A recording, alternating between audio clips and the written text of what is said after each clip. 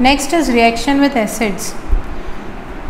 See, neutralization reaction you have studied, acid plus base will always give you salt and water. So ammonia gas is basic in nature, and if you take HCl gas which is acidic in nature, if you combine a basic gas and an acidic gas, what you will get is salt. Clear? So these headings are there, no? These are the format headings. If you by heart this, chemistry will be much easier for you. Why? There is, I don't know, very and many people are phobic about this chemistry. They have a chemistry phobia. It becomes hard for them because they don't by heart this format. If you can easily by heart this format, it will be easier for you to remember.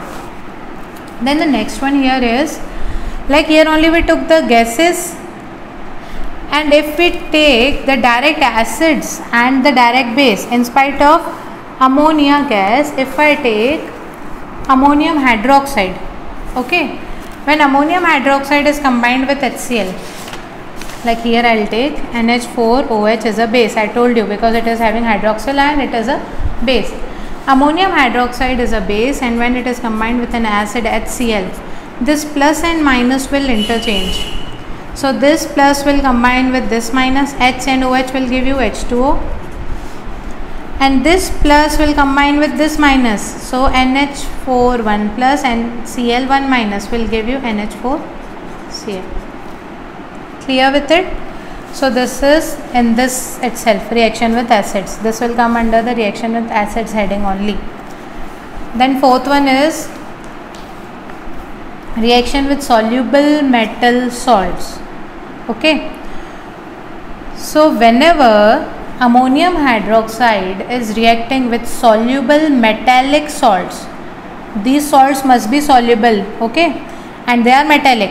So whenever ammonium hydroxide is reacting with soluble metallic salts, what it will give us? It will give us an insoluble hydroxide and another metallic salt.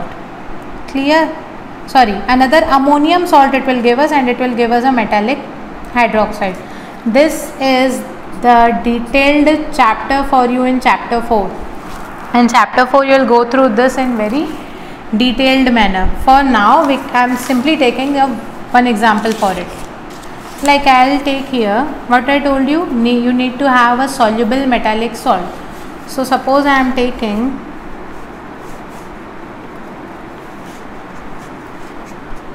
FeSO4, okay, Fe2SO4 means it is the salt of iron where the valency of iron is 2. When it is combined with ammonium hydroxide, what it will give?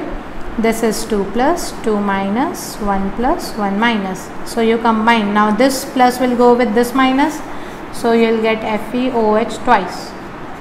This plus will go with this minus, and you will get this NH4 twice SO4. So this insoluble metallic salt, when it reacted with ammonium hydroxide, it gave you insoluble hydroxide. This is insoluble hydroxide.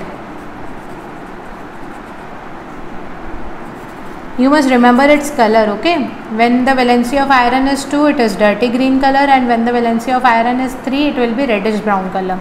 And another salt you obtain. Which salt? Ammonium salt you obtain. Clear?